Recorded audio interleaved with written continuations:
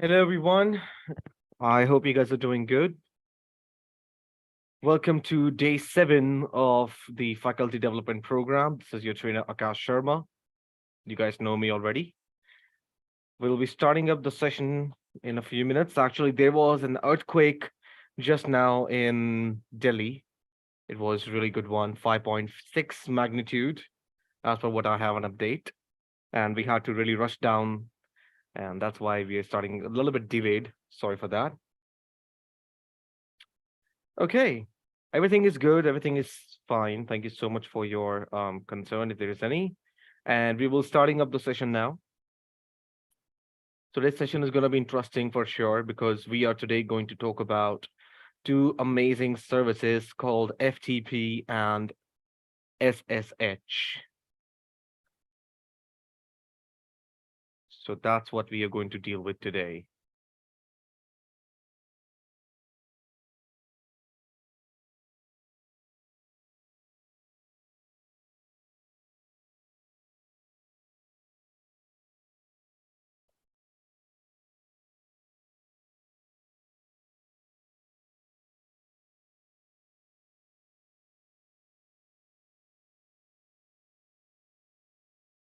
Okay.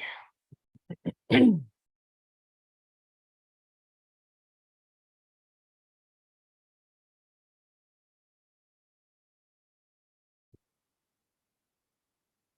the meanwhile, before I begin, if there is any questions from anyone from whatever we have learned so far, they can put them up in the chat box or raise your hands. I'll let you speak as well.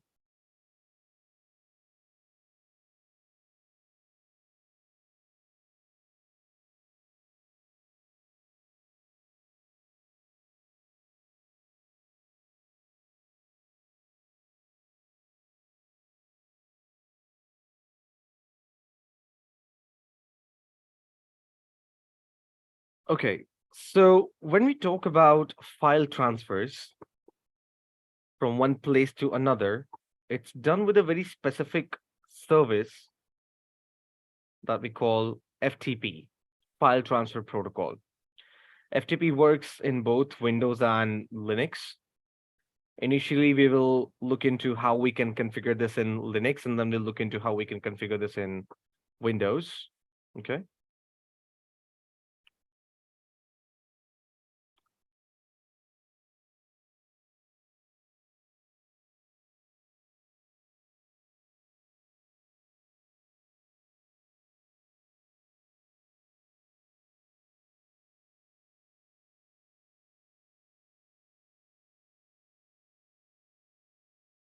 Okay. Wow. All right. I think Zoom upgraded their application. Yesterday, actually, we got disconnected earlier because Zoom got crashed again and again. And I just got to know that Zoom had some update in their application due to which all that were happening. So sorry for that. I will extend 15 minutes today so that we can, stay on the same page and we are not at a loss of anything at all. Okay. Talking about FTP, File Transfer Protocol.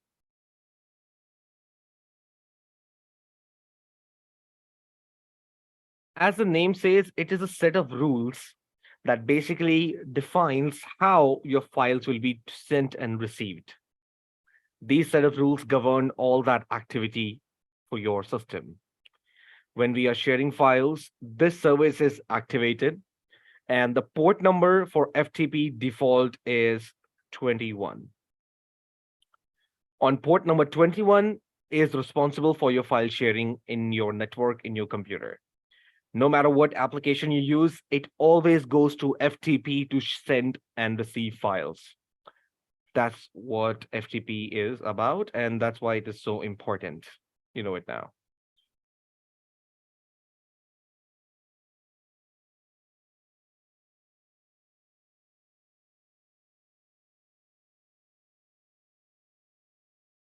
Give me a second.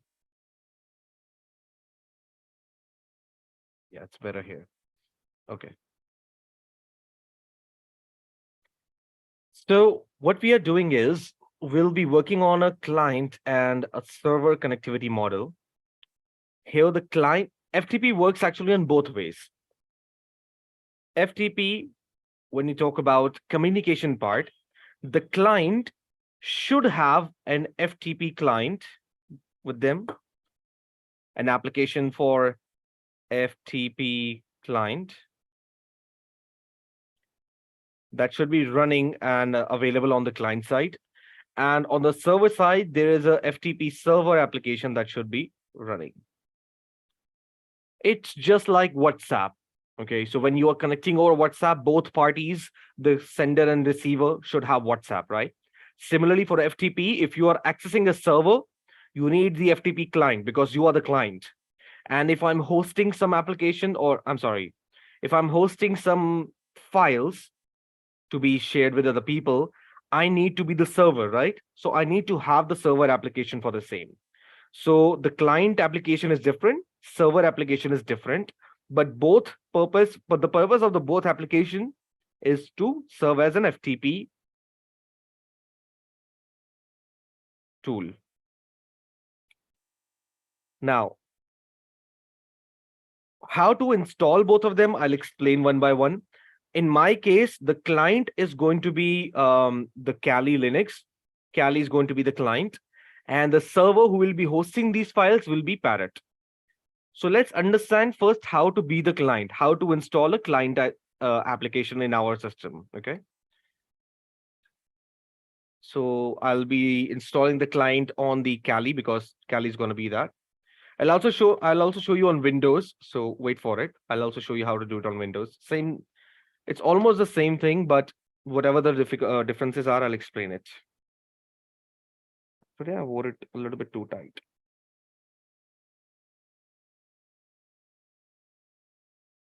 Okay.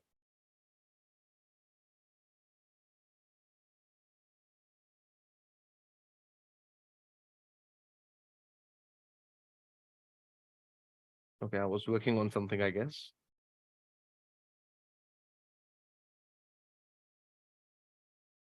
All right. So for this, we open our terminal. By the way, a stepwise guide for this will also be shared with you on how to install FTP, how to use it, how to install the server, everything. I'll be sharing a guide with you, so don't worry. You're not going to miss out on anything.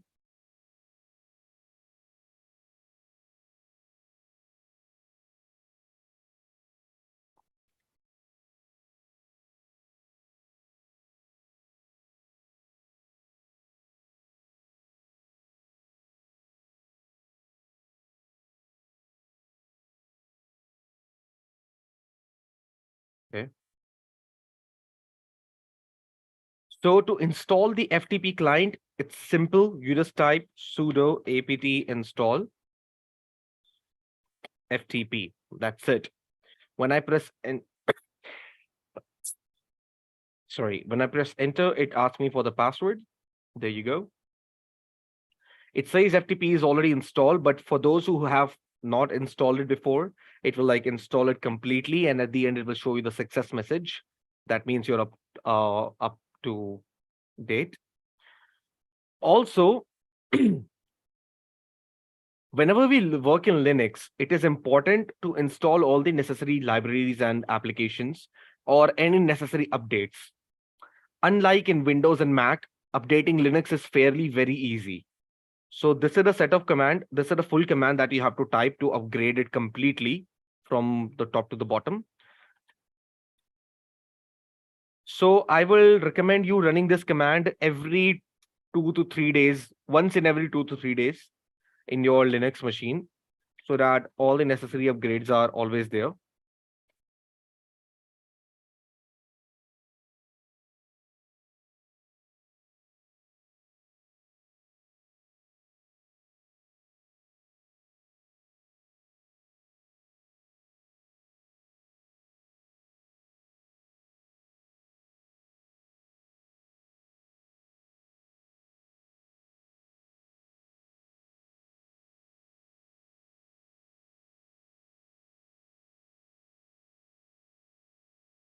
Yep.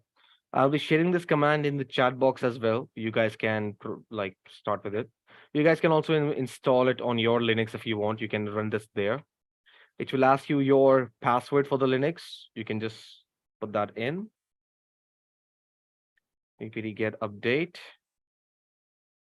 disk upgrade. There you go. So this will basically install all the pending updates and upgrades in your system and will make it to the latest version of it.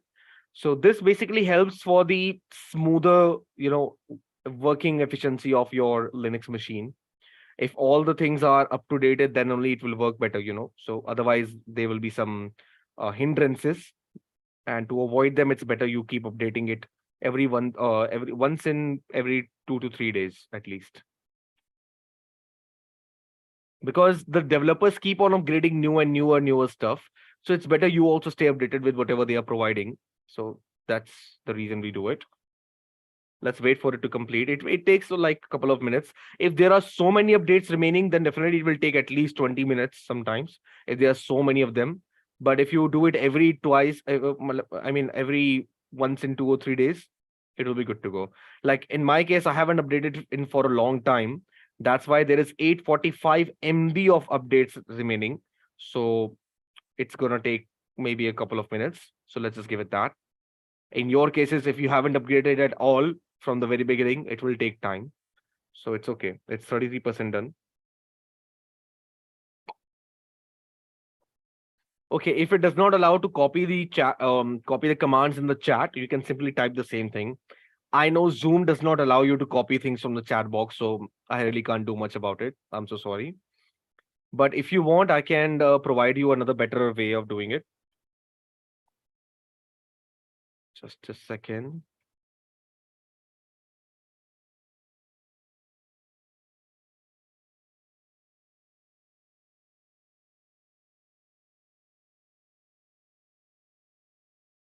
You can open this link and you will have the command there. You can copy it from there. So this will be the link. You can try it out.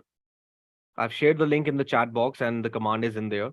Just copy the command and put that in your chat, of course, in the Linux. And I think it will be good.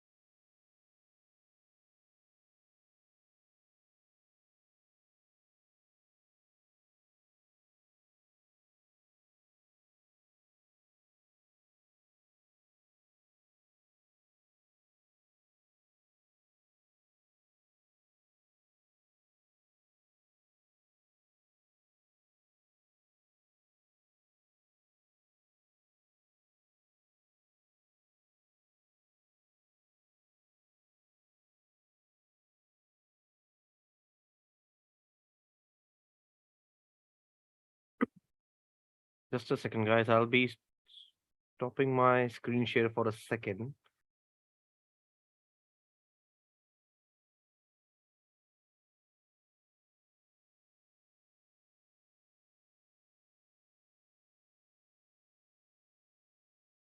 Please confirm me if you can see my screen.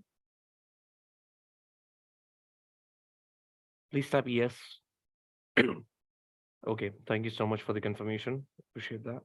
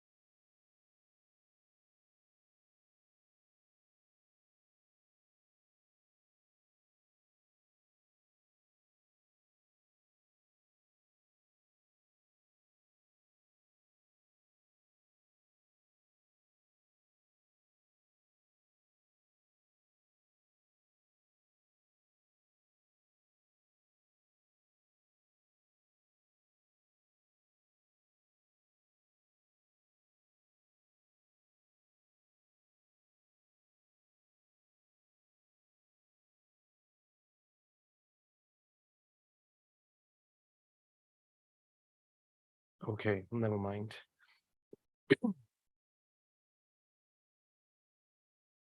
This thing I really have to agree that once an application updates, it's not necessary it will be good. Okay, so whenever we type a command, this is a tool tip for you guys. Let's say when I type this command sudo apt get upgrade. Sometimes this command, when it executes, it may ask me my permissions that if I want to, allow this thing, yes or no.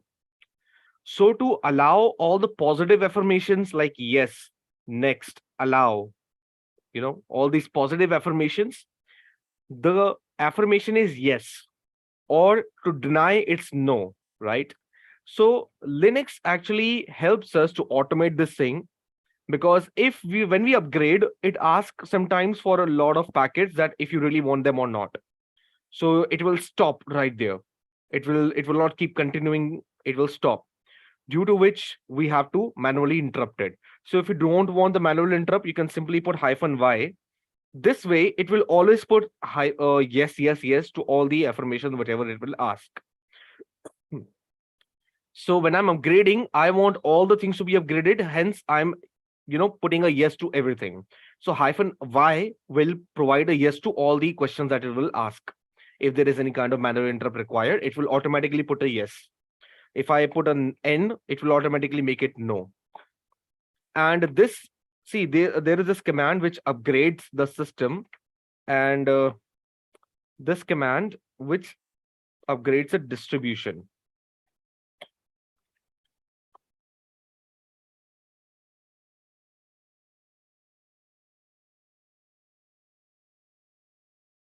See, this will upgrade all the installed applications in your system, right?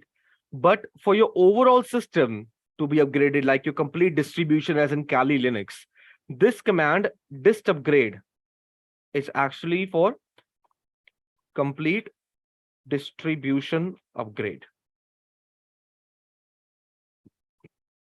This command will upgrade your overall system, all the like background libraries and everything, whatever is there, it will upgrade it. It's more like a more aggressive approach towards upgrading, and that's what it will do. So they are both different commands, obviously. So we run just both of them at the same time. You can also provide a -y after this upgrade as well, in case if it asks you sometimes the questions or not. So yeah, that's pretty much it. You know what? Let's just keep it upgrading in the meanwhile. Let's proceed further. I'm going to keep it on the other tab. And I just installed FTP on my system. It's already in there. So now the question is how to use FTP to, interact with the server. But for that, we need a server as well. We have the client readily available, but we don't have a server yet, right? We have it client.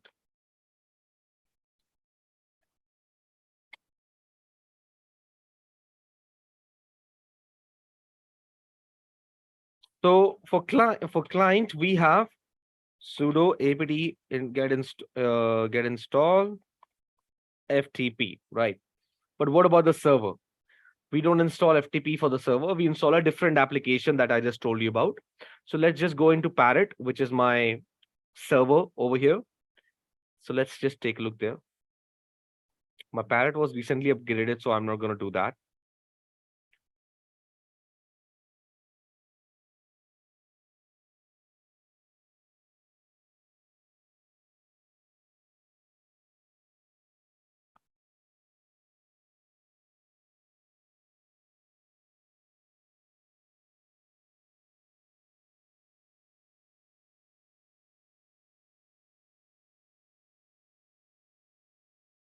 Mhm.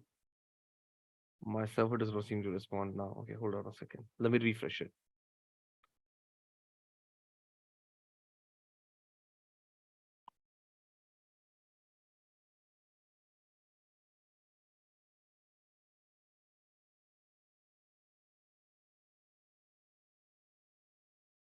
For server, we'll be installing a software which will be sudo apt get install vsftpd.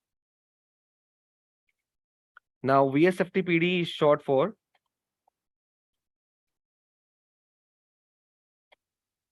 very secure FTP daemon.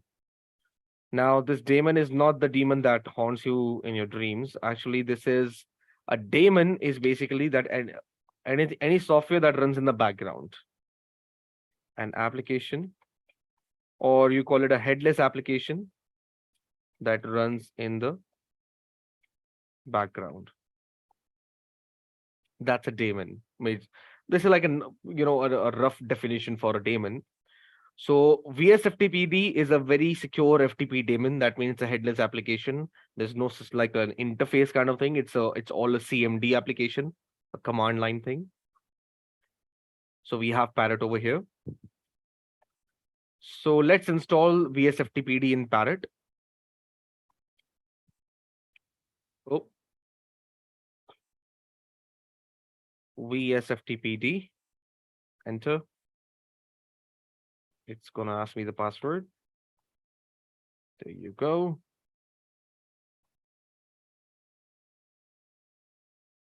Okay, it is also already installed. I already have it. For you guys, it will be a different thing.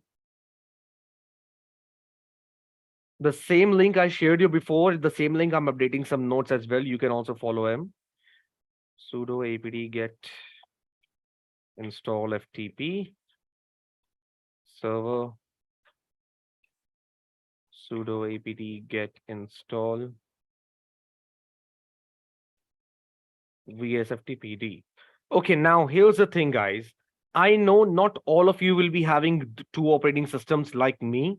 It is okay. You can just see the demonstration here, and I'll tell you how to also access the server from Windows. You can do it on Windows later. All right. So as of now, just stick to what we are working with. Just take a look at the demonstration, and then you can work it further. So we have vsftpd here, and we'll look into how we can configure vsftpd a little bit more. So for every application in Linux, there is some configuration files that are also installed along with the application, and we can modify them. The reason for modification is to customize it according to our needs and our utility, right? So for vsftpd as well, we have some configurations that need to be modified a little bit. So let's just look into the configurations.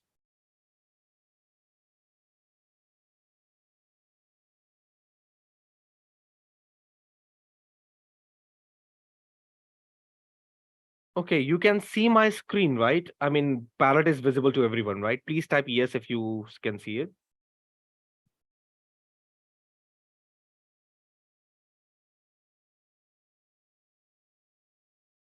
Okay.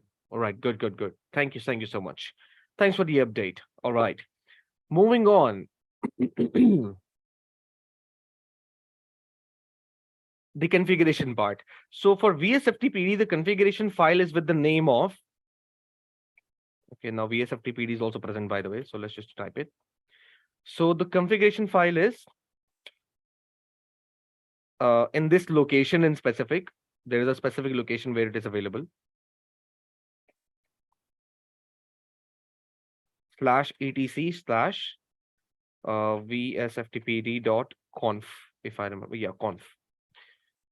So this is the name of the file that we are going to edit. This is the complete location of the file. Remember the architecture of Linux I taught you before. This is the this is a base directory. There is a folder etc, and that's where the vsftpd conf is available. So I'll use nano to edit the file. I might need a sudo permission because this can be a file with administrative privileges. So I have to use sudo etc vsftpd.conf. Okay. Press enter. It will open this file for you. This is the file that I'm supposed to upgrade.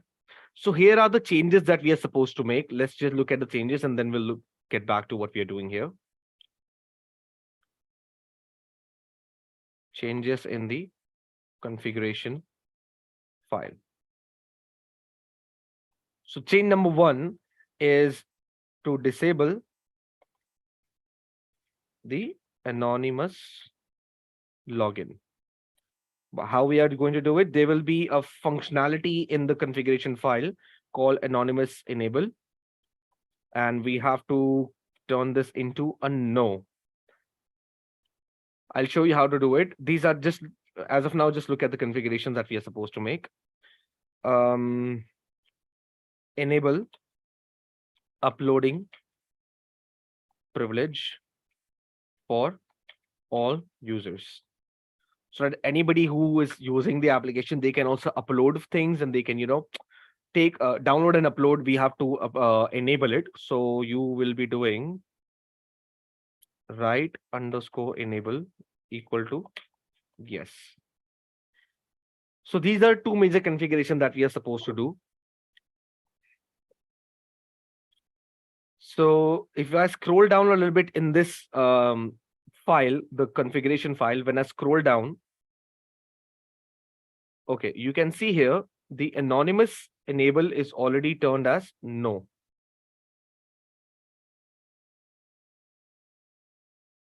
Now, what does it mean? Anonymous means without any identity, right? That means no identity. That's what anonymous means. By disabling this thing, what we are doing is we are not allowing anyone to log in without a proper username and ID. Until unless they don't have a username ID, they cannot log in my system, in my FTP server. Otherwise, if I enable an anonymous access, anybody who don't even have an access, who don't even have a credential like username, password, they can also enter my FTP server. If I want to keep it public and accessible to everyone, I can enable the anonymous. Otherwise, I will keep it disabled if I'm just sharing with the close people, So I already have it disabled. For you guys, it will be enabled by default, probably. Just turn it into a no, delete the yes and turn it into no. Also, if you will come down here, the write command.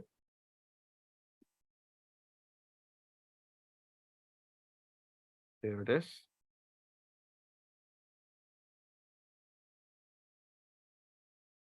Write enable is yes. So see, there are 3 permissions in Linux.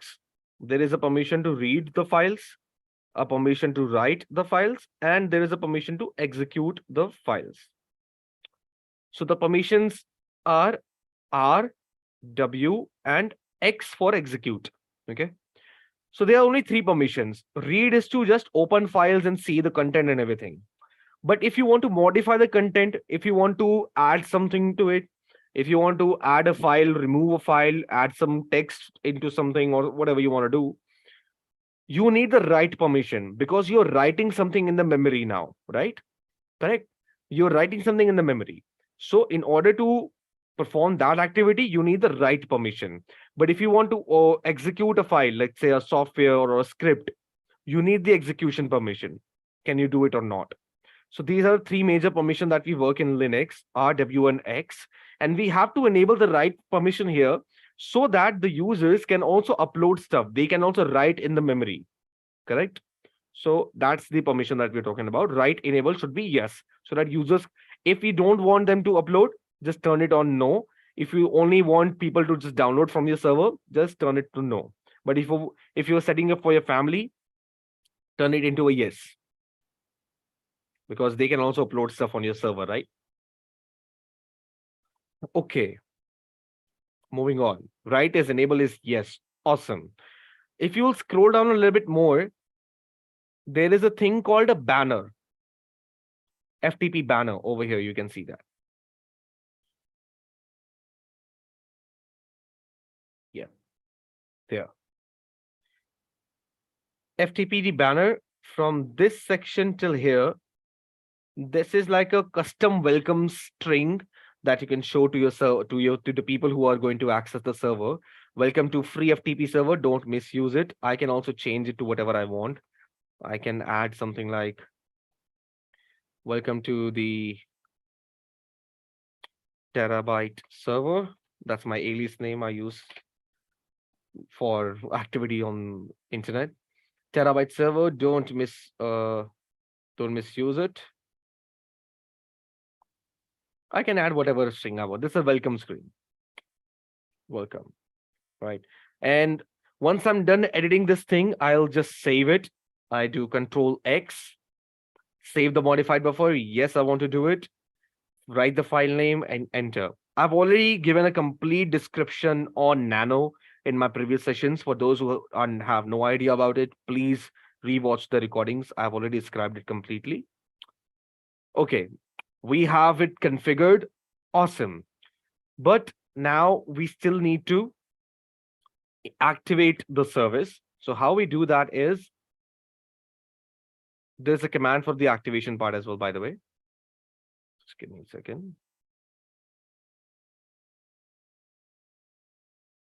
Yeah. Changes are done to activate FTP service.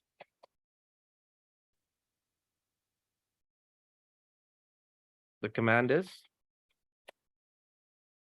sudo systemctl start vsftpd.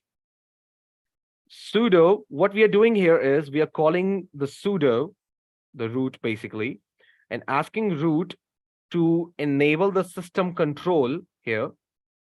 Systemctl is short for system control, to start a service called vsftpd. So that's what's happening here. I can either start it, I can stop it, or if I want, I can also restart it. I can also check the status of the service, by the way. If you want to see if it is active or inactive or crashed or whatever, I can do these things with the command here. So let's just check the status as of now. Sudo systemctl status vsftpd. So it shows you the status. As of now, it says it is inactive. It's dead. So if I start it now, TART, start, done. And if I check the status again, now it says it is active and it's running. Good to go, right? I have the confirmation now. So now I can use the FTP server. That means my server is active now. Let me just stop it. Okay, let me just stop it quickly and I want to show you something. As of now, the server is dead. You can see it is inactive, dead. No, it's not working. It's on my Parrot OS right now, and the IP address for my Parrot is 1.17. If I run an nmap command on this IP address,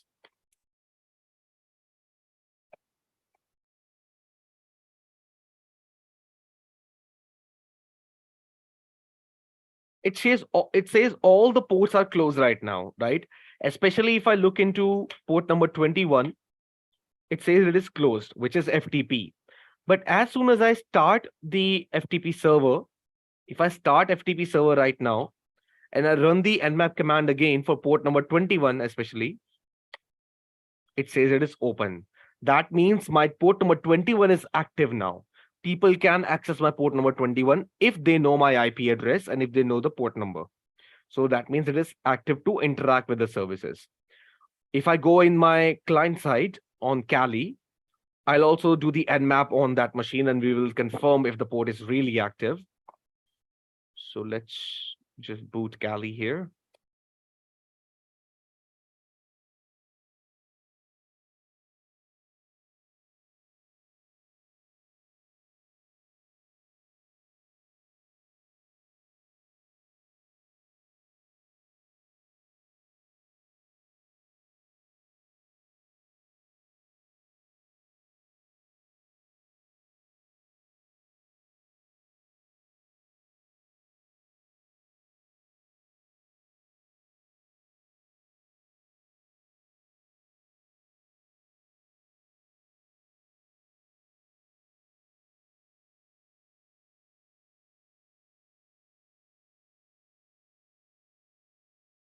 Okay, it seems there's a little disconnection. Please give me a couple of seconds here.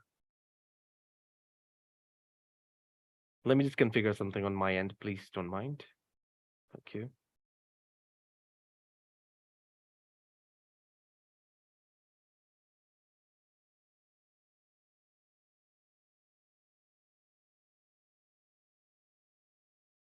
Okay, so we have Kali.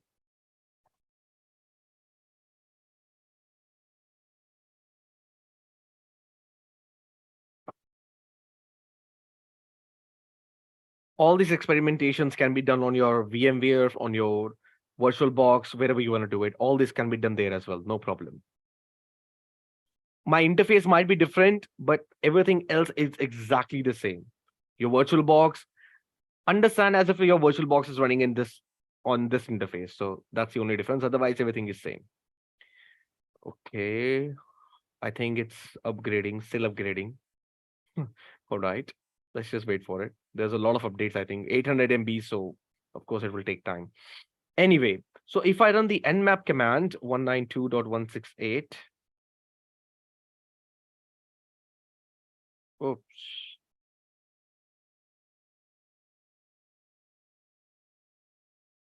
Nmap 192.168.1.17.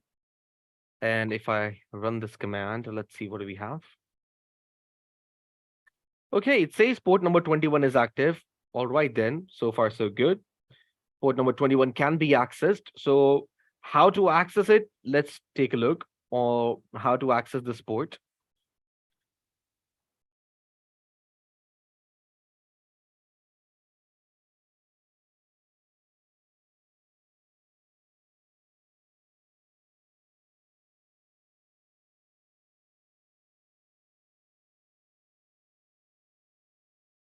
The command is simple. There's nothing much. FTP IP address. That's it. Right. FTP and the IP. Oops. So I'll type FTP and then I'll type the IP address of my target.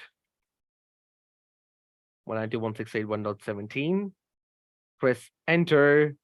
What does it say here? It shows me the message that I typed. Remember the banner? This is how it shows up. Welcome to the terabyte server. Do not misuse it and welcome. Yeah, I write welcome twice. I don't know why. I forgot there was a welcome in the front. Okay. So there it's asking for the username. So you got to put the username. I'm going to put parrot. Then it's going to ask you the password, obviously. So I'm going to type parrot as well. Login successful. That's it. There you go. Now what's going to happen, right? How am I going to use it? How is it really going to happen? So FTP have a certain set of commands that can be executed. And if you don't know them, it's okay. You just type help and FTP will be there to help you out with all the commands that you can execute are right here. So these are the commands. They have a certain functionality. You don't need to remember all of them. And trust me, in the last 7 years, I haven't used all of them. I just used a few of them which are necessary. Otherwise, who cares, frankly? But yeah. So these commands can be helpful. So I can do ls to see the list of all the files. You can see these are the list of all the files. If I do pwd, it will show me where I am. I am in home/parrot. That means right now I am on the Parrot's terminal. I'm kind of like connected to that terminal remotely, and I am able to see the files, and I can share, and I can add files, I can remove files, I can do all that kind of stuff. I'm going to show you how to do that as well. Okay. So let's just take a look at the commands for FTP. Some important ones at least.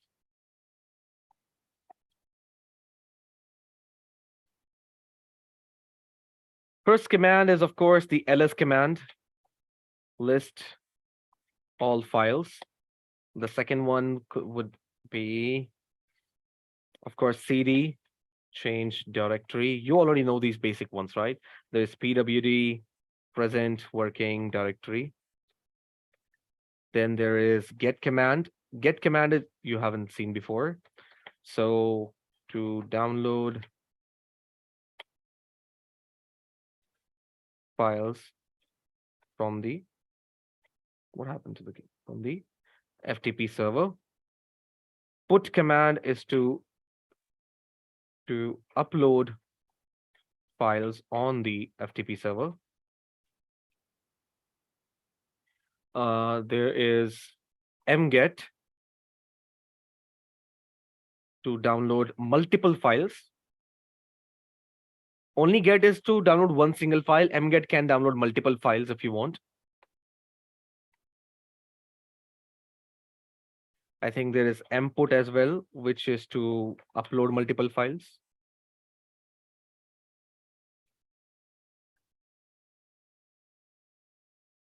There is this also command, which is, I think, delete command, of course, to remove a file. There is rmdir to remove a directory. You already know these commands, basic ones. There is also mkdir to create a directory.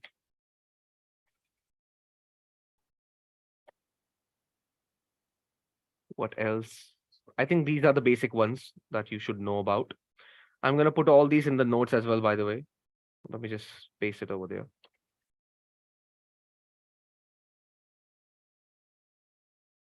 Yeah, in the same link that I shared you earlier, that's where the notes are. You can access from there. For those who do not have it, I'm going to share it again in the chat box. Only for those who do not have it, you guys can access it. Stepwise commands are given there.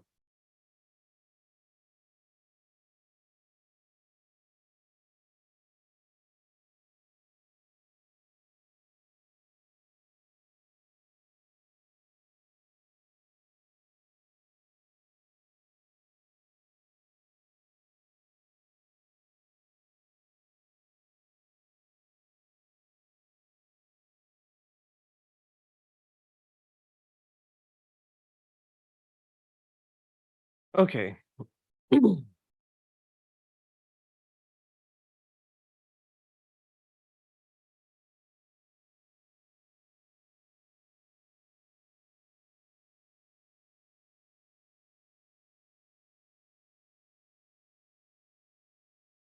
Yeah, I'm just adding some stuff to your notes. Don't mind it.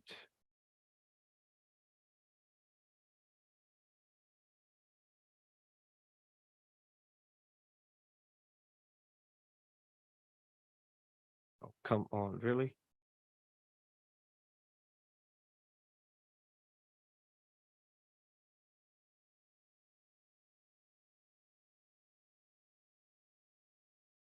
There you go. Okay. So yeah, we have the notes.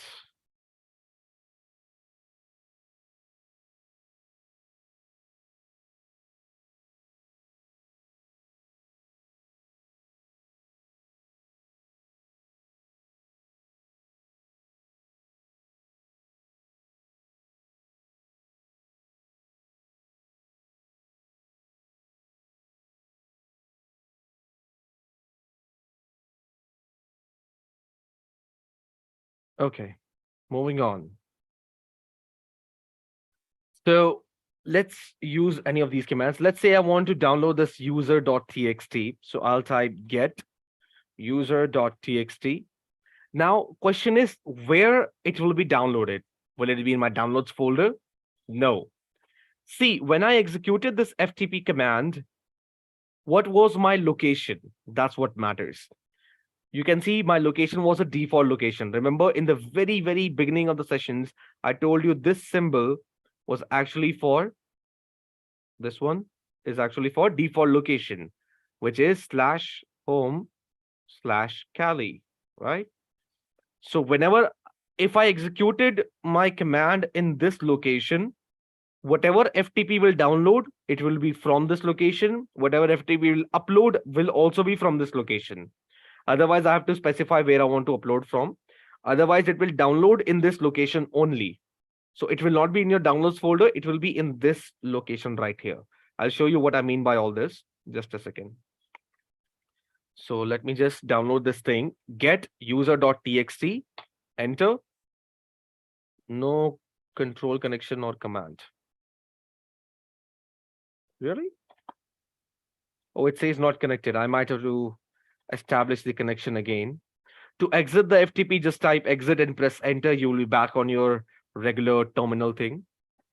Press enter. You have to put the password and username again. So basically, if the connection is idle for too long, it just get disconnected. So you have to reconnect it again. So I do ls get user.txt. Okay, there you go.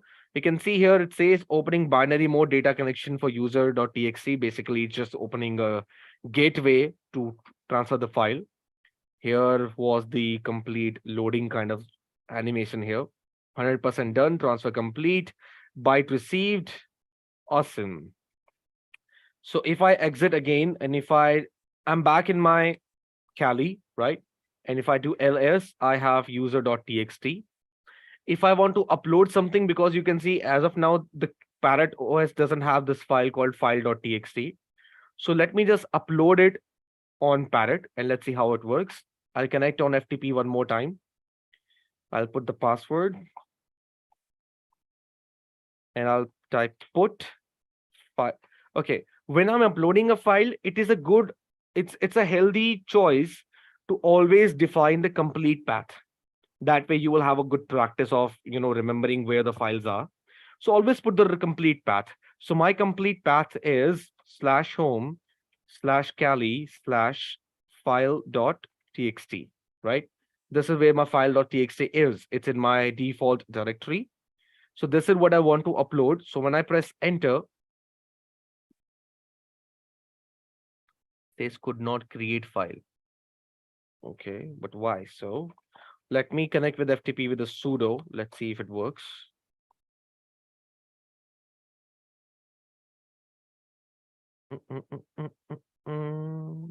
Parrot. Okay. Put /home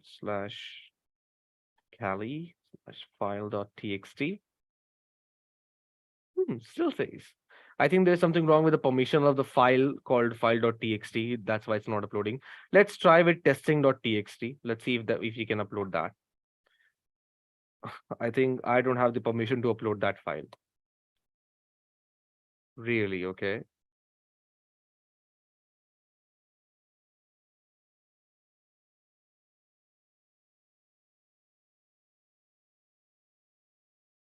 Okay, let me go in Parrot for once. Just a second, guys. I think I know what's the problem here.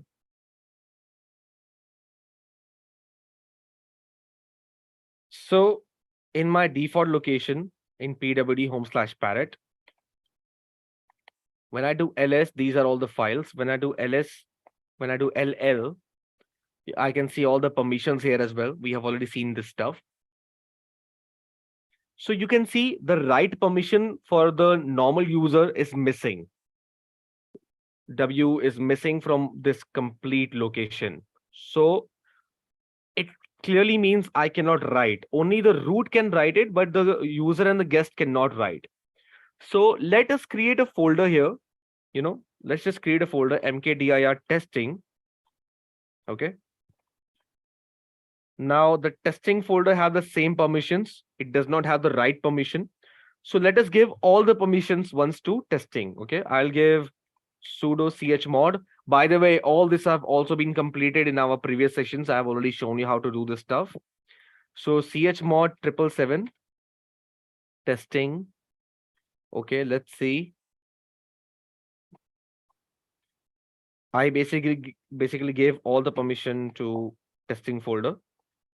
Now testing have all the permission. You can see rwx, rwx, rwx. Let's go back once in FTP in my CLI on the client side and see if we can see the testing folder there. If we can, that means it actually got upgraded. Otherwise, we have to reload vsftpd.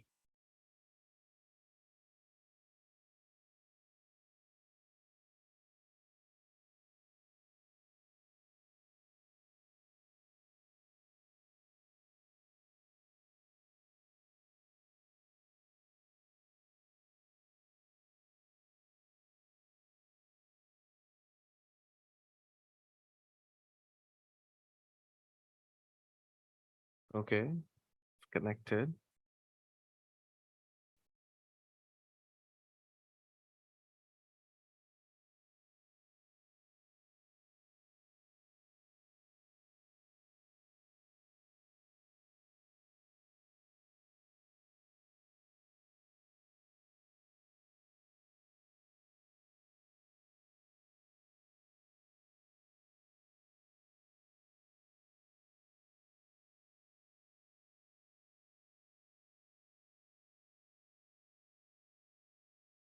Oh, it got shut down. Okay, it's restarting. No problem. No problem. It's okay.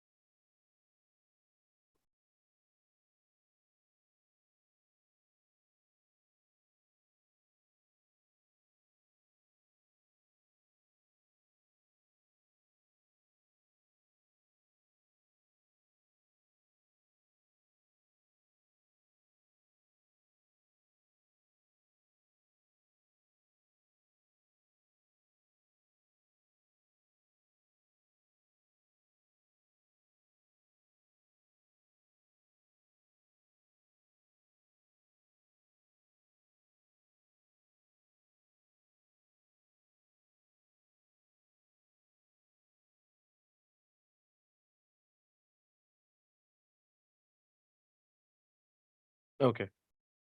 There you go. So let's log into FTP one more time. Okay, sorry. I put the wrong username, my bad. Let us do it again. Yeah. So username is parrot, password is parrot. Okay. I am here and I can see testing and I can see the permissions are new. Previously, we saw that we were not able to upload because there is no write permission on the folder. Although writing is allowed, but the write permission is not there, so we can't do much. So what we will do is we'll go into a testing directory that we just saw here. And there's nothing as of now in the testing directory. It doesn't show anything. That means it's empty.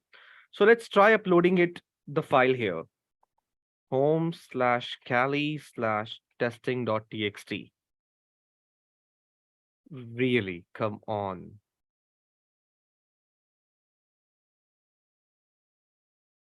Okay. I think there must be some misconfiguration with the permissions of the things. Otherwise, you can also give it a try, see if it actually works on your end.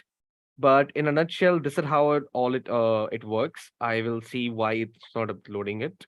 Must be something wrong with the Kali configurations. In the previous sessions, I must have changed something, and that might be the reason. It's okay, it happens. I'll have to troubleshoot this, but as of now, this is the basic communication from Linux to Linux, FTP client to FTP server. We saw this happening in Linux. Let's also take a look how it happens in Windows. Similar kind of stuff. We know the server address is 1.17. This is my command prompt in Windows, right?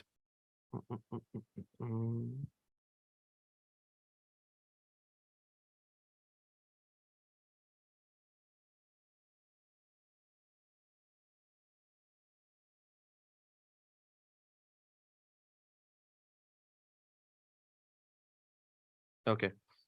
So here I will type the same stuff, FTP 192.168.1.17. Same stuff. FTP by default is in Windows, so you don't have to worry about that. When I press enter, it asks me the same thing. Welcome to the terabyte server, don't misuse it. And ask me to put the username, parrot. Login successful. If it asks you these kind of permissions, click allow access. Don't worry about it. It's just asking to connect with it or not. It's showing you the directories here. -L. I can see everything in now. I can also do the same kind of stuff from Windows to Linux as well. Same commands work here because if I type help, it shows me all the same commands. So I can use these commands to interact with the FTP. Now, all this was happening so far in the command line interface. How about I tell you there is a graphical user interface as well that can be used very efficiently in Windows. The graphical user, I will not recommend you using in Linux. Use it if you're using a Windows or a Mac. You can use a graphical user interface as well. By the way, same client software will also run on the Mac as well. So if you are a Mac user or Windows user or Linux user, on the client side, you will be using FTP itself. The command is simple, FTP and the IP address. How to access from client, FTP and IP address. Simple. To host an FTP, you will need vsftpd server. So you have to download and use it. But for a graphical user interface, because this is command line, right? This is all like CLI thing on your command prompt or terminal. To use a CLI, to use a GUI version, you will be downloading something called a FileZilla.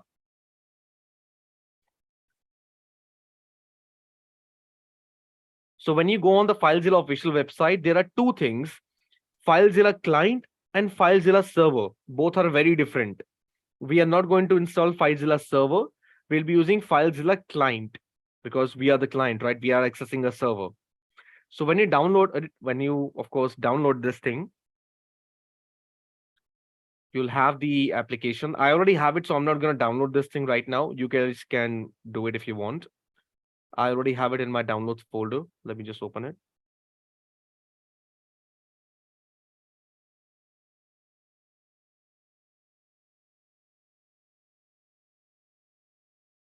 Okay, you can see it right here.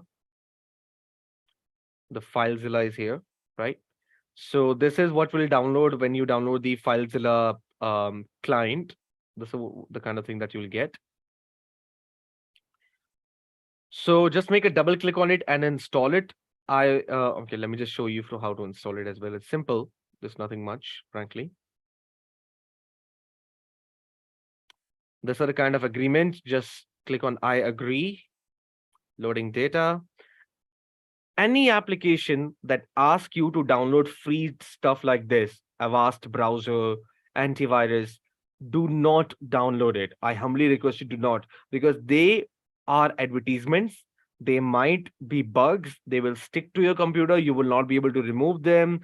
They will show so many ads and stuff like that. They are really stupid. Do not download it. They will show you that it's free, fast, whatever. Don't just buy it. Okay. Click on decline. click next. Do not download it again. Okay. So I already have FileZilla, so it's asking me to like reinstall or uninstall or whatever. For you, it will be a fresh installation. So just like keep selecting the default options like yes, yes, yes, next, next, whatever. The positive affirmations basically. Click install, and that's it. There you get the FileZilla installation. Mm, mm, mm.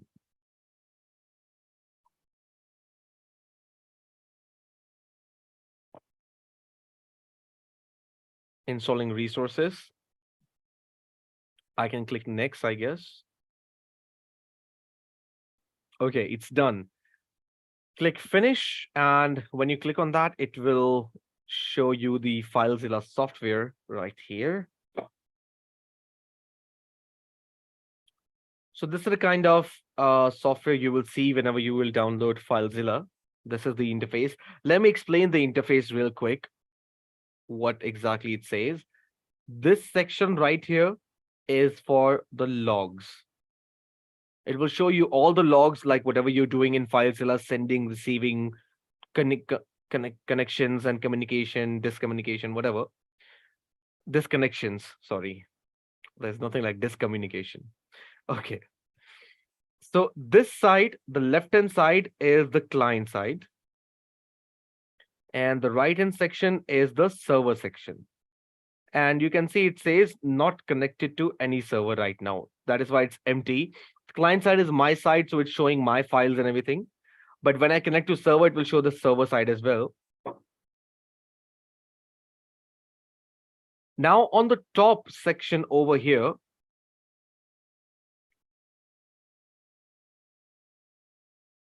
here are 4 details that you have to put in. First is your host. Your host is nothing but your IP address. Let me just clear this whole screen. The host is nothing but the IP address. Second, the username is, of course, the username you know already. The password is the password, of course, and the port number is already 21. You know that already very well.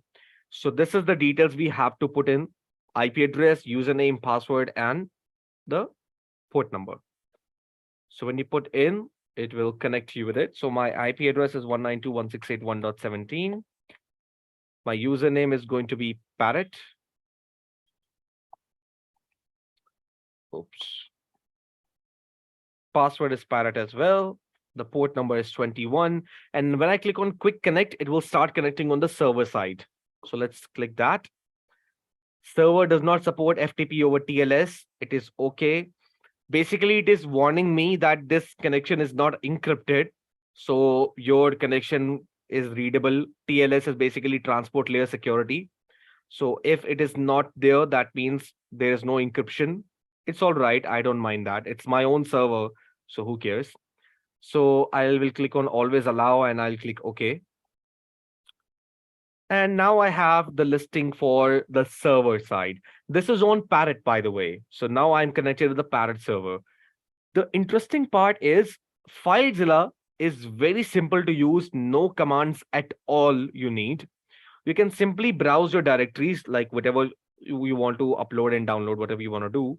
And the logs will be generated on the top. It says the directory listing of Parrot is successful.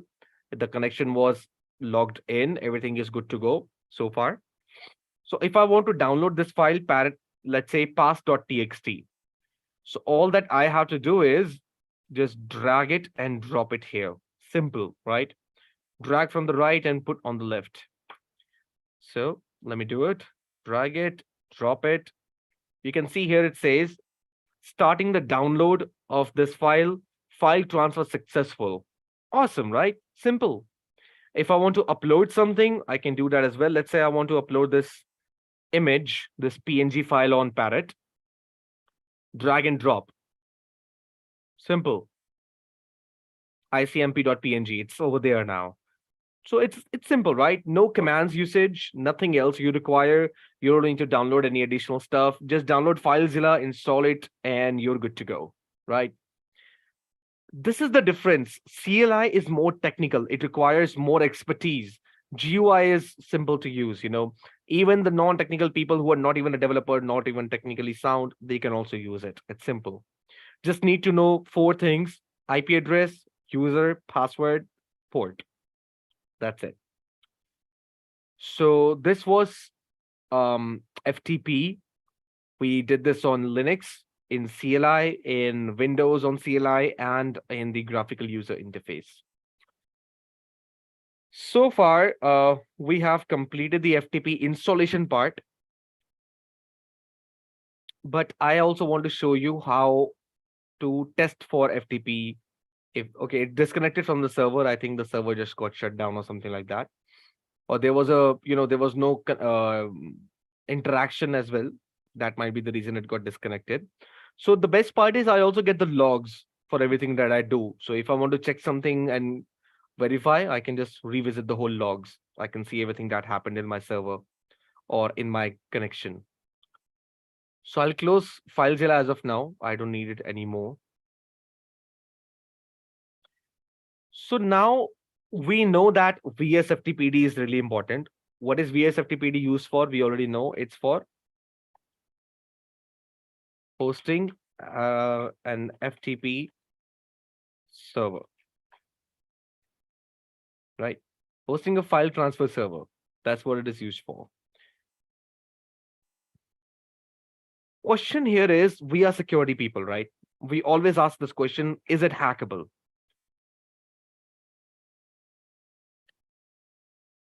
Yes, it is hackable as well. How? That is the point of concern. See, developers keep on creating newer and newer solutions for everything. Whatever they create, a software, script, whatever, they keep making newer solutions. So let's say the developer released a version for a program called VLC Media Player, right? The developer released a version called V 1.2.87. Okay. And he got to know from the security team that, you know what, this version is really vulnerable. We have found so many vulnerabilities. So this is not definitely something that our client should be using.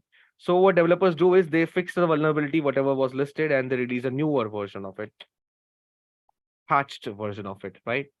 1.2.8. But developer is smart, the manufacturer is smart, the security tester is smart, but we cannot always assume the consumer, the customer, the client is also smart. We cannot assume that. The client may be unaware of these kind of things, and due to which they might be still using the vulnerable version, right? So it's not the fault of the developer, not the fault of anyone. It's just a lack of awareness and lack of your technicality, the knowledge of technicalities. So if a client is still using 1.2.7 and I as a hacker know it is vulnerable, I can hack it, right? Similar kind of concept is with vsftpd. If a client is using a vulnerable version of vsftpd, I can hack it. So that's what we will look into now, how hackers can actually do that. So for this, let me just start another program real quick.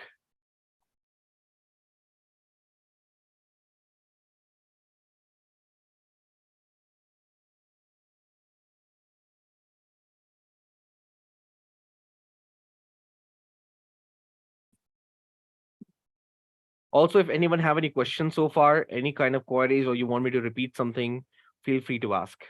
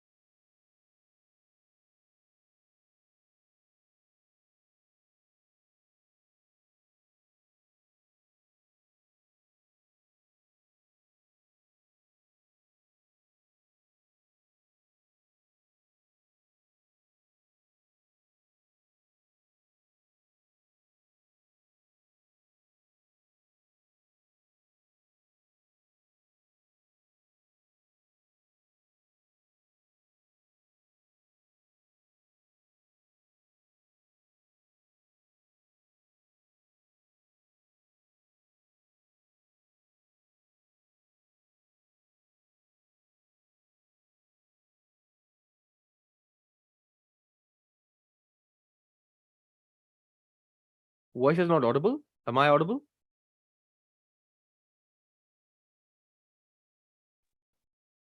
Akash, you're clear. Your voice is audible. Okay. I don't know what happened in between. I'm so sorry. Okay. So, okay, I'll repeat it quickly. So, what I was saying, I have another target now. The server is completely different. It's on this IP address, 1.11. And I can see that there is port number 21 open on this one. That means I can use FTP on this machine. It is up and working. But I need to know more information about this FTP. So I'm going to use Nmap to scan some more details, just like we have done in the previous sessions. Let's say I want to scan port number 21 in specific, and I want the version details, right? I also want to do it aggressively. I've shown these Nmap commands, I think, before, and I've also shared a document for the same. So let's just take a look. What do we get for this port number in specific?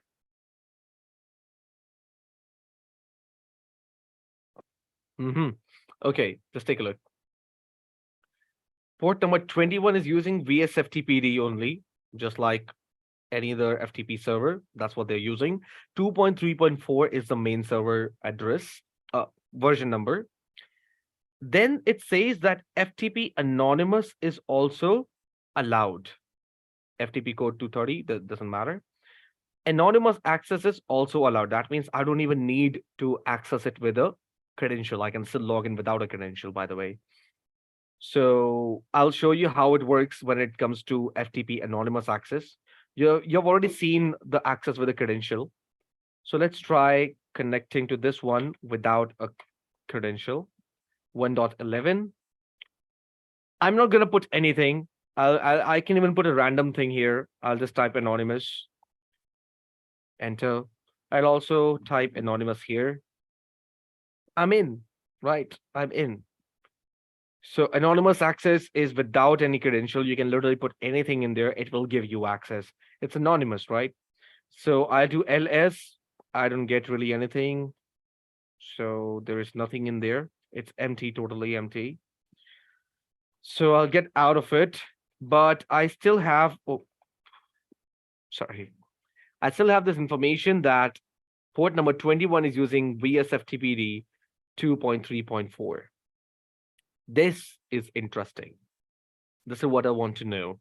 Now, on my other server, on Parrot, if I do the same scan, let's see what kind of version they are using. 1.17 was the IP address for Parrot. We'll do a comparative analysis and see what do we have here.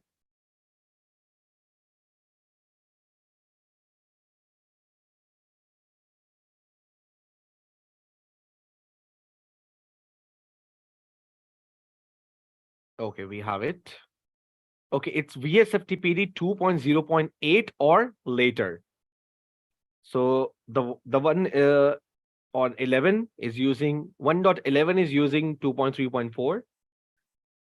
On Parrot, it's still not exactly confirmable. You cannot confirm it, but it's somewhere after 2.0.8. So it's an older version, by the way, right? And it doesn't show me anything much. It doesn't say that, it's if it's vulnerable or if there is any anonymous access or anything like that. Nothing like that is available.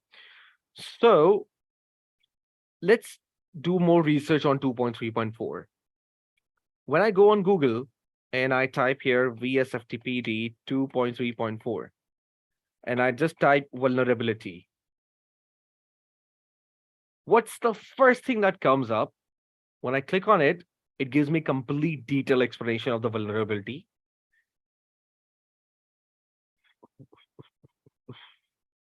Okay. This module exploits a malicious backdoor that was added to vsftpd download archive. The backdoor was introduced in 2.3.4 between this date in 2011. According to the most recent information available, the backdoor was removed after July 3rd, 2011. So this is a really old version that they are using it, right? And yeah, so basically, if somebody is using this version, they are hackable, right? And see, this was disclosed in 2011, but the backdoor was created in 2018. After 7 years, this somebody hacked this thing. So that's something interesting, right? After 7 years, somebody thought of hacking this particular version. So that's really funny. Okay. So that means there is a backdoor command execution. Now, let me tell you something interesting about this word called command execution. There are majorly three types of them. One of them is a backdoor, of course, the one that we just saw. There is also something we call a remote command execution.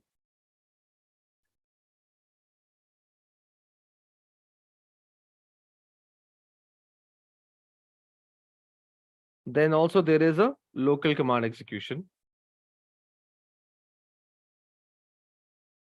The difference is this command execution, the first one, the backdoor one, will create a backdoor first. That means it will create a backup for you so that even if you get disconnected, you can connect back again. A remote command execution is specifically on a machine that is remotely available. That means it is away from your system, somewhere far away, or maybe somewhere in your network.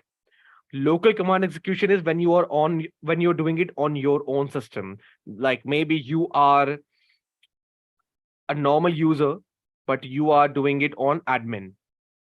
So you are executing command as an admin without taking permissions. So that's locally executing a command. Command execution is really, really critical vulnerability in security because see, how do computers interact? If you want to interact with the computer, how would you do it? You execute commands, right? That's what you do. So if somebody is able to execute the commands without taking permissions, that's critical, right? That's what happens in a command execution.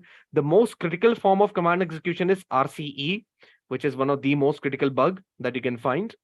Backdoor comes on a second position, and the third one is local command execution. So here we have backdoor command execution. Let's see how it actually works and how it can be really hacked. I'm going to hack it right now in front of you.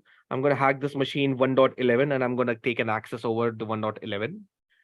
So for this, I'll use a framework. I haven't introduced you to this framework yet, but this is a good introduction. It's called Metasploit framework. For those who have done a little bit of research, they will know what this is. For those who don't know, it's okay. This is basically a hacking mechanism. I know it's a very vague explanation to this. Actually, Metasploit framework is a huge collection, I should say, of exploits, of payloads, of different modules that can be used to perform any kind of attack. This is an attacking mechanism, a hacking mechanism. So it's really interesting to see how it works. I'll show you. The command to start this framework, the command to interact with this framework is MSF console, which is short for Metasploit Framework Console. So MSF console starts the whole, the framework that we'll be working with. So simply just type here MSF console and press enter. It is by default installed in Parrot, in Kali Linux, in any security testing Linux distribution. It comes by default. So it's not something that you have to install it by yourself. It comes by default there. So I will be just executing the command MSF console. It will be starting in a few seconds, I think.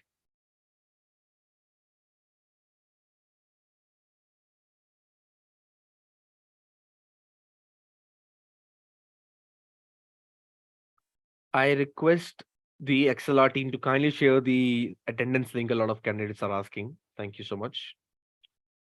And here we are starting the console. It's not something that you have to install by yourself. It comes by default. So whenever you will execute the MSF console, it starts with a banner. Every time you will execute it, it will come with a new banner. They have so many good banners. You can ignore the banner, but this information right here, it's very important. If you will see, it says this framework have a collection of more than 2,000 exploits. Auxiliaries are also scanners, different kind of scanners through which we can scan different targets differently. They have more than 1300 payloads. There's so many encoders, knobs, and posts and evasions. See, these things are really advanced. As of now, frankly, as a beginner, you will not even be interacting with them. Two or three things you will be interacting with is exploit, payload, and auxiliary. Okay. So in my sessions as well, I will only be focusing on these. If I go on post and encoders and knobs, it will be really, really advanced for you as of now. It's not in the scope of the something called a fundamental training. So when you talk about Metasploit framework, we majorly deal with exploits and auxiliaries. So for vsftpd, we'll be using some exploits or some auxiliary. We'll just take a look how it's going to work. So for our target, what do we know? We know it's vsftpd, we have its version number, and we know that it is exploitable because there is a backdoor command execution that is present. So we are going to tell the same information to Metasploit because Metasploit is our guy, right? Metasploit is my hitman. He's going to attack the target. So I have to tell some information to my hitman that what exactly I'm dealing with. Rest everything it will handle, but I need to give some information. So I'll start with giving out. I'll ask Metasploit to first search for vsftpd, that if you have something for vsftpd or not. So when I press enter, it shows me it have two things. One of them is an exploit and the other one is a auxiliary. I told you auxiliaries are nothing but scanning modules. They are just used to scan some details. We have already done the scanning part with nmap, so we don't need auxiliary. We need an exploit because we want to attack, right? So we have an exploit here, FTPD 234 backdoor. Rings a bell? Because it says in the description part right here, vsftpd 2.3.4 backdoor command execution.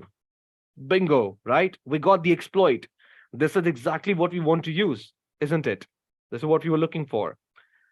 But again, it will be really impractical if I ask you to remember this name all the time, right? I have been using it for so many years, 9+ years now, but I still don't remember the name of all the exploits, and it's okay. Don't worry. These are not necessary information that you should remember. We can simply just copy this name, and you can ask Metasploit, you can ask the MSF console to use it. Type use and the name of the exploit. Simple, right? You don't have to remember. Copy and paste. Simple stuff, right? Metasploit does all the work by himself. You just have to give it small, little, tiny, necessary information. So I press enter and you will see now Metasploit is using an exploit. It shows it differently. Earlier, it was just MSF6. The 6 is the version, by the way. MSF6. Now MSF6 is using an exploit. But again, what should we do with it, right? We don't know. We are simple people. We don't know this kind of stuff. So we will ask Metasploit to please show me some options on, how to deal with this thing. So I'll type show options. And in these options, it shows me these details.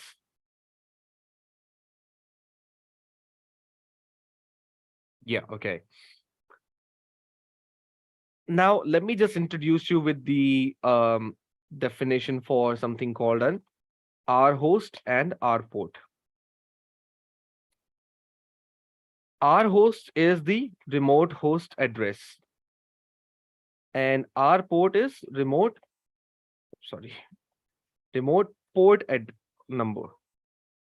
Okay. This remote host address and port number is for the target. You see, Metasploit does not know anything. It's not an artificial intelligence, right? It's a simple tool. It needs information to execute stuff. So he doesn't know already about your address, that who you want to target. You have to provide that address to him. And port number he already knows because it is targeting vsftpd, and we all know FTP uses 21 number. That much information is static. It is already given that. So if you will see in the requirements, there are some fulfillments you have to do. These are the name of the requirements. These are the status. If the requirement is yes, then you have to provide and fulfill the requirement. If it is no, you can ignore it. It's okay. So as of now, there are two requirements that are necessary. One is our host and one is our port. And only one requirement is fulfilled, which is our port. So obviously the other one we have to fulfill. We have to provide the R host from our side. I hope this all is making sense. We have to provide it, right? Otherwise, how would Metasploit know about it? So how to provide it? It's simple because we are setting up the configuration by ourselves. So simply type set R host. Okay, what just happened? Oh, sorry. Yeah. Set R host and then give the target IP address, whichever you want to set there. So I'll type 192.168.1.11. That is my target R host. I'm going to zoom in a little bit. You can see it. That's what I just typed in. And when I press enter, it will take it. Now the R host is assigned a value. Earlier it was empty. Now there will be a value assigned. If I ask for options one more time, if I say show options, now you can see our host is also fulfilled. There is a entry inside our host now. Now my requirements are fulfilled. My exploit is selected. Metasploit know who is going to target. I can now ask Metasploit to start the exploitation process. So I'll simply type exploit and press enter. As soon as I do it, it started the process. It got some banner. Please specify the password. What just happened? No session created.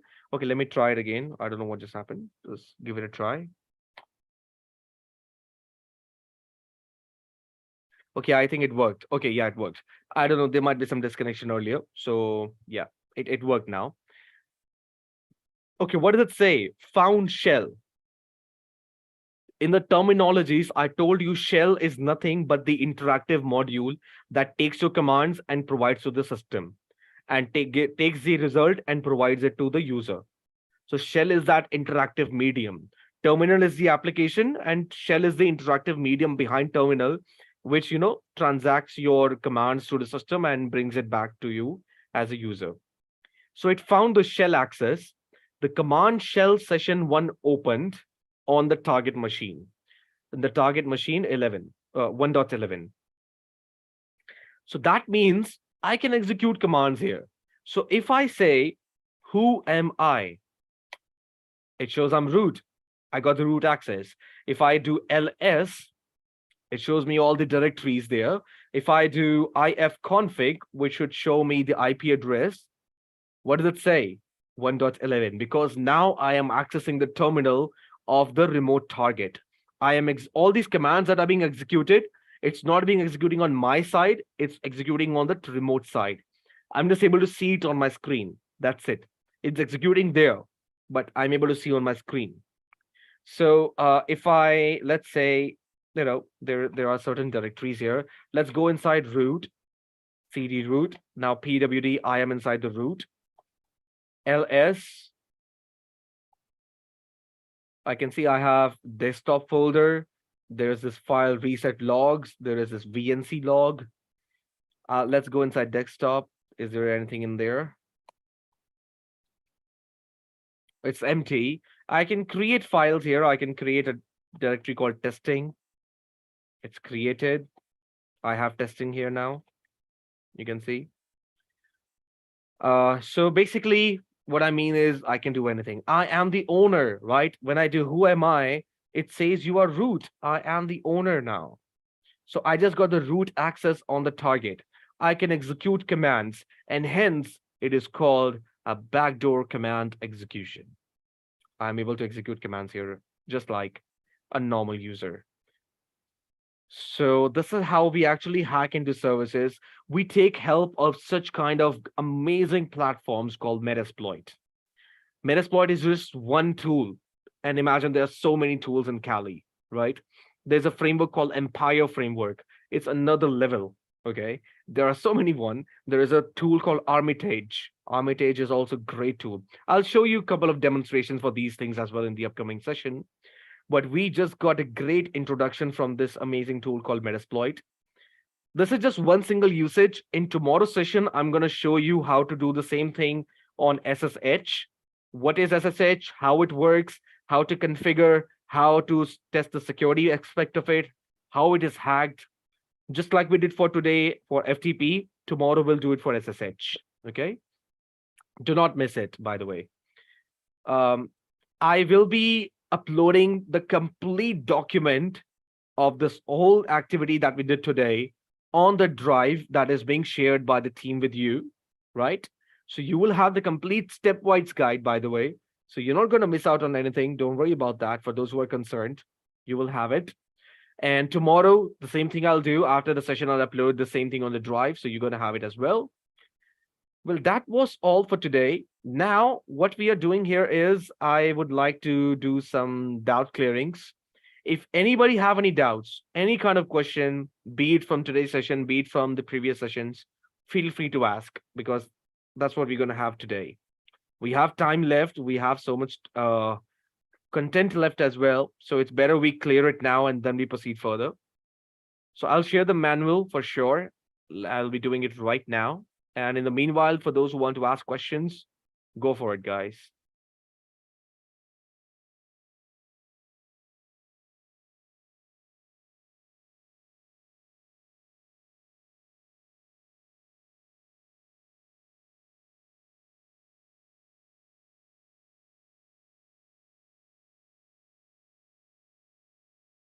So Shashi is asking if I can show the documents and images of the target. Um, I'm sorry, can you please elaborate the context? I mean, what do you mean of documents and images? And Nitin is asking the explanation of MSF. Okay, I'll explain. So MSF is short for Metasploit framework. Metasploit is basically nothing but a collection of different exploits and different payloads and exploitation tools. We use this platform for exploitation purposes. Once you are done with the reconnaissance, you collected information, you scanned your network, you got to know about vulnerabilities. Now is the important part of exploitation. How you going to do that, right? For those, we have a different set of tools. One of them is Metasploit framework, which have all the exploits that you will necessarily require, and all the payloads and everything is already in there. You just have to search, use, exploit. That's it, right? That's what Metasploit do for you, and that's why we use it.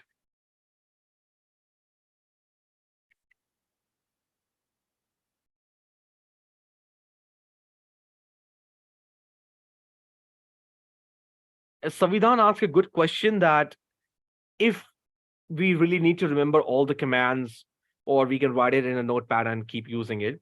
See, initially, I totally understand. I faced it myself. I never remember all the commands. I used to have like a diary kind of thing where I used to write it. Later on, I shifted onto a notepad like Evernote on internet. I made a Google document of everything. But see, in real time, when you're working on clients, when you're working as a professional, it is not really appreciated if you use these kind of things. You should be remembering this by then because it looks more professional. It shows that how much expert or how much experienced you are. So practice more, use them more, see, experiment a little bit more with different stuff. I'll keep on showing you some more, stuff in the upcoming sessions. I'll show you where you guys can practice, where you guys can learn more. So that way you'll get the hold of all the commands. And yes, you cannot become a cybersecurity expert without remembering the commands. There is no escape for that, right? There's no escape to hard work, right? There's no shortcut for that. So yeah, you'll get the hold of it. I'm not saying you're going to be an overnight experienced person, but yeah, it will take time gradually, maybe an year, maybe less or more. So yeah, give it time. Okay, there are a few questions by other people. Shashi is asking that the session was not created.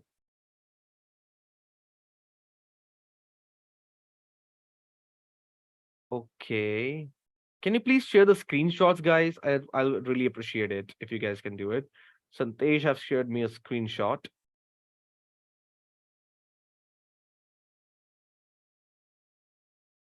I think Santesh, you did not install the transformations correctly. Can you please reinstall Maltego? I think there is something wrong with your Maltego part. So kindly do install all the transformations because you can see here the email entity is not visible to him from our last session. He's not able to do it. So please reinstall it and try it again.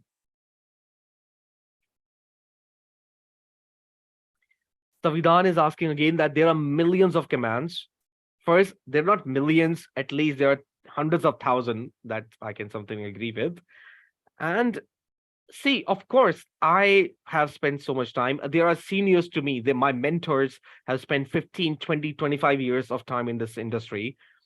And frankly speaking, not everyone knows everything, right? It's okay. There is scope of learning still left. I am even still learning. I'm still learning for different certifications. I'm still pursuing my PhD. I'm still going for examinations, earning certificates. The point is, you will never stop learning. You cannot remember everything. We are not computers. But for your regular stuff, for the things that I do, I know by heart. I know things, how to configure, how to, work with different tools and utilities and what are the commands and scripts, because I have experience. That shows that how practiced I am, how much experience I've gained, right?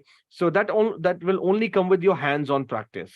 So yes, nobody's expecting you to be Mr. Perfect 100%, but yeah, give it time. With time, you will learn it. With time, you will have a hands-on practice, and yeah, then you will not need these papers or stuff like that. You'll get the hold of it.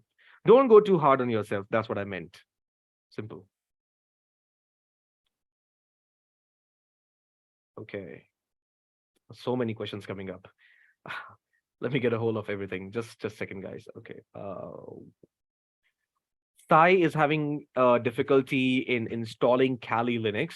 By the way, the default password Sai is Kali, Kali, in lowercase. I hope that will help you out. If that is not working, try with the reinstallation, because I frankly do not know how I can connect with you personally. I can help you out, but kindly do try a reinstallation. I've already shared the documents with you. Follow the steps very carefully. I think it will work out for you. Um, okay, for those who are curious about the career guide on this, what certifications you should look into, what kind of training you should go for, how you should make a career, what are the advices. At the end of the complete training, after the end of day 15, yeah, I think day 15, yeah, I will definitely explain you everything on how to, look forward to making a career. I'll keep a complete one session on just talking about these stuff. I'll explain a complete roadmap to you. I'll explain a complete resources. I'll share some more resources to learn from, right? So that way all doubts will be clear. So please stay tuned for it. I'm not going to leave you anywhere in between. So yeah, let's just focus right now on learning part. The career advices, let's just keep it for the end, okay? They're not going to miss out. Yeah. Okay, what else we have here? Um, mm, mm, mm, mm, mm, mm, mm. By the way, for everyone who is having difficulty, please refer all the documents. The guides that I've created, they're very peculiar and very specific about how things should be done. If you want to experiment, I don't mind it. But if in case you're facing difficulty and having any misconfiguration, please follow the guide again. Like for Metasploit, some people were having issue with Maltigo. You can definitely try reinstalling it, because there is no scope of error in the steps that I have given. If you're trying something else, there might be, because I'm not sure about what you're trying.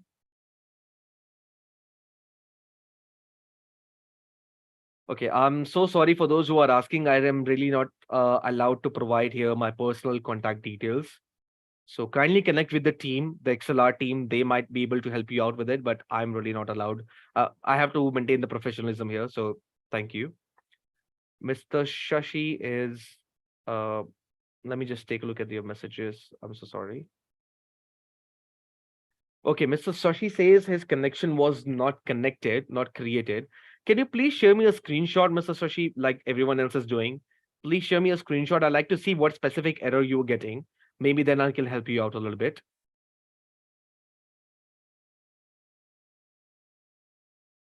Please specify what is the IP address of your target. Please also specify if the vsftpd is actually working on your target. And also it really matters if vsftpd is really, exploitable. As of now, I target 1.11, which was exploitable, which was hackable. There was a vulnerability on 1.11. But if I change my R host, just take a look quickly, guys. If I change my R host, right now my R host is 1.11. If I change it to 1.17, which is my Parrot OS, by the way, so let's see what happens. 192.168.1.17, right? Now the R host is different. My target is different. If I exploit it now, see if it works.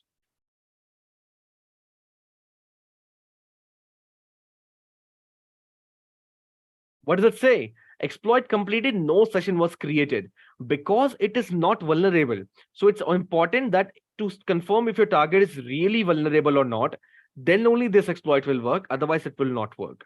For me, 1.17 is not vulnerable. 1.11 is vulnerable, which is a different machine.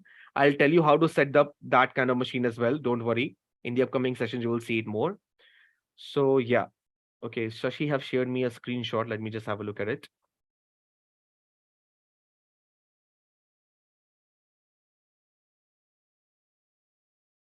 I'm sorry, you're using a different exploit, Mr. Shashi, altogether. You're using something on Netgear. So I really cannot confirm because I have to look into a lot of variables here. I need to confirm what are the scan results for Nmap, what ports were open, what's the version of the service, what kind of exploit you're using, what kind of requirements were fulfilled or not. So there's a lot of things to confirm. I just can't say something randomly here. So yeah, this is completely random. So you have to do your research accordingly and share the data. By the way, Maltigo, for those who are having an error with your on your antivirus, Maltigo definitely may raise a concern for few antiviruses. I have already exposed the antiviruses before. I'll expose it again in the upcoming sessions. So antiviruses are stupid, frankly, from my side. I would never recommend any antivirus to you guys.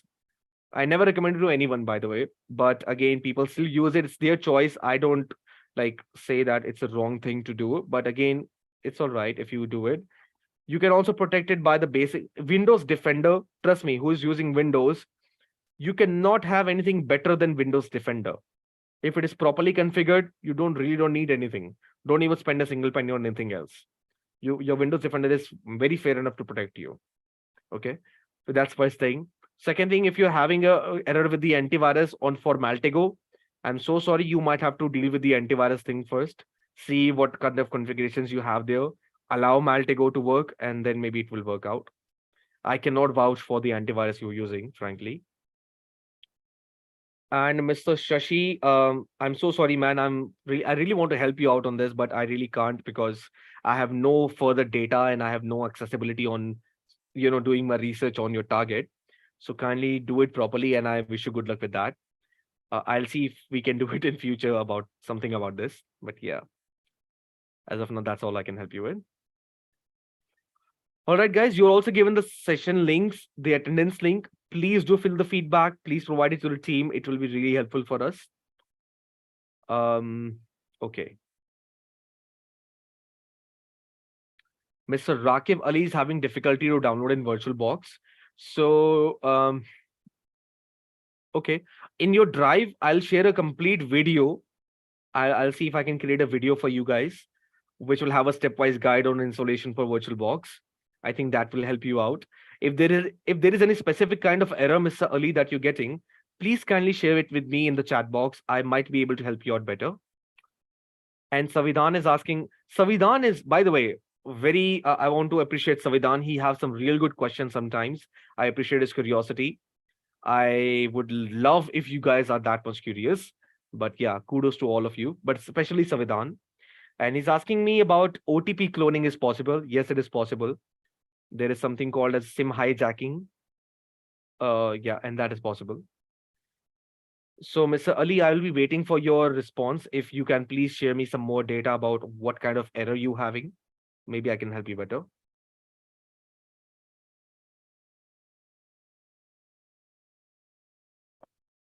See, I want to tell you all a trick. I can see a lot of people are here. There's a trick when you are dealing with me. I'll help you with anything you ask me for.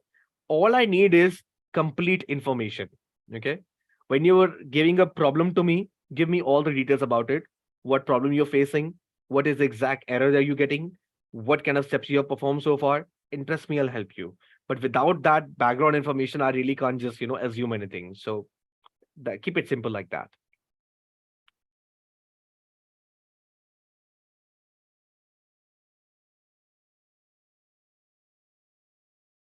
Okay. I'm waiting for some more queries if there are any.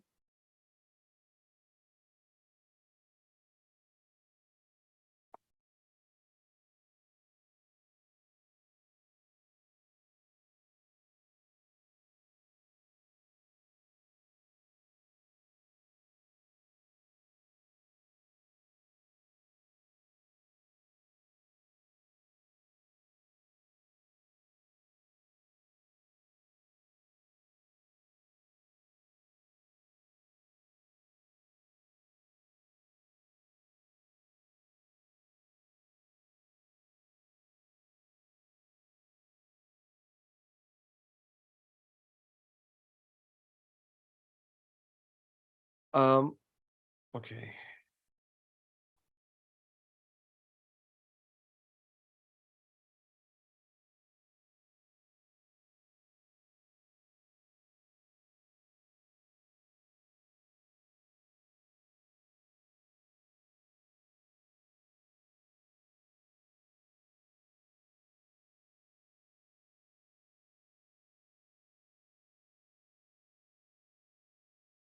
All right, then, on that note, we can conclude the session for today. I don't see any more questions coming up.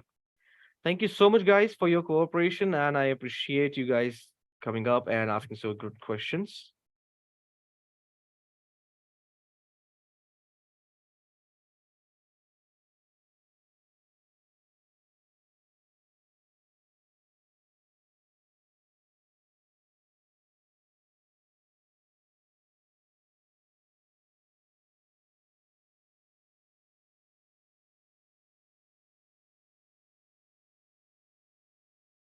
I'll be seeing you guys tomorrow, same place, same time, and with new topics, of course. Till then, please stay safe on the internet, take care of yourself, stay hydrated, and yeah, that's it. Thank you so much. I'll be providing the session back to the XLR team. Over to you, Chandana. Thank you, Akash. Thank you so much. Thank you. Hope you enjoy the session. It was a great session. Guys, do you have any queries, any questions for me? Please let me know in the chat box. I'm pasting the feedback link again in the chat box. Make sure your attendance. If you have any queries, please let me know.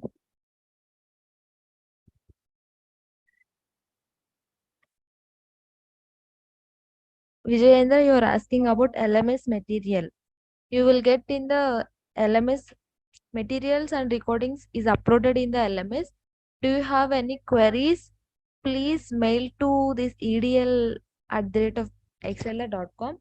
I'm pasting the mail ID in the chat box. If you have any queries, please paste there. Send to the mail to that mail ID.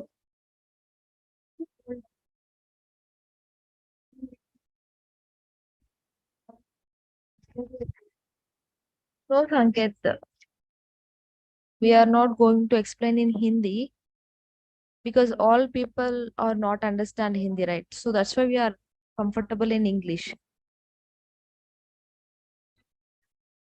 Yeah, I'm sharing again. Feedback requirements.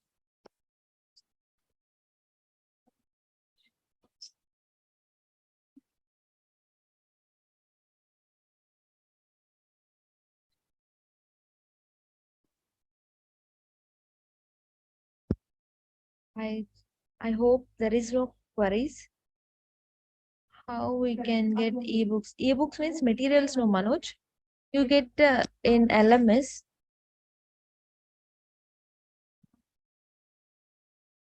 Shiva, please drop an email to edl@excelr.com if you have any queries, questions.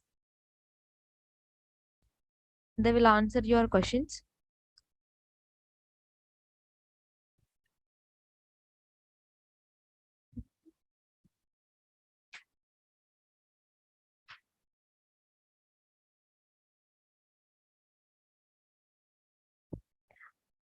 Vijayendra, please drop an email to edl@excelr.com.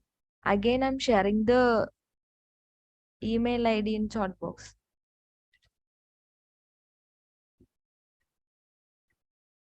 Definitely you will get there.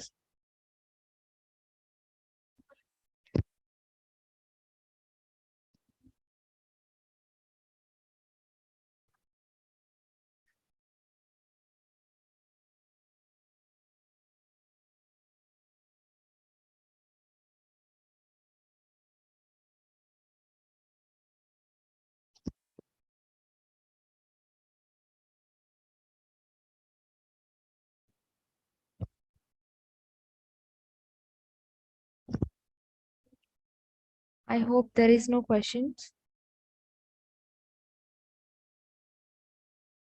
Manoj, please drop an email to edl@excelr.com. My team will answer your questions, whatever it may be.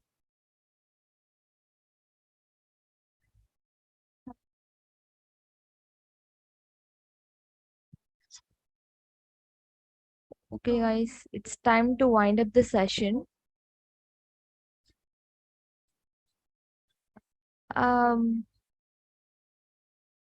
Padma ma'am, I think you have a recordings, you have a LMS access also. You can see in the recording sessions that LMS explanation, LMS process. Again, maybe you get to know.